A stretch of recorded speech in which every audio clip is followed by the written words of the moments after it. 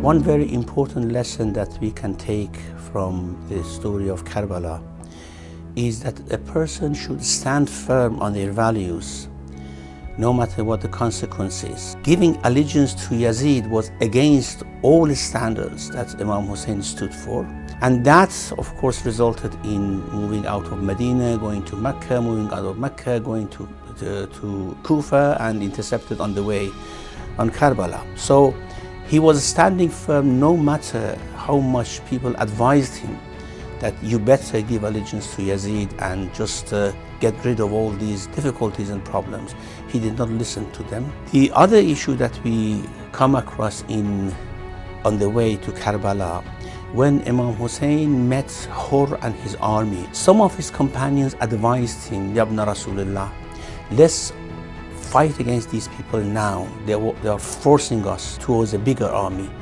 Imam Husayn said, well, I'm not going to start the battle. He stood firm. He knew the consequences. He knew that he was going to be driven towards a bigger army that they couldn't actually fight against, but he did not break his value. He did not withdraw from the values that he was standing for. On the day of Ashura, again, Shamr came in the morning round his camp, and he was just very close that the arrows could reach him. Muslim ibn Awsaja advised, Ya ibn Rasulullah, let us kill this man. This is the one who has actually created all the problems.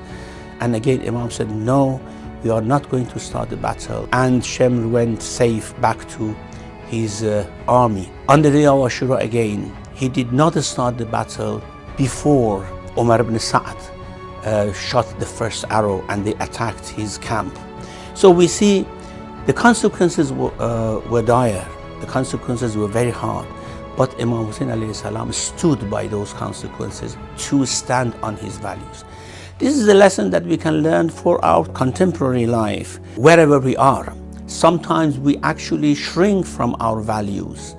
We step back from our values because they have some consequences for us.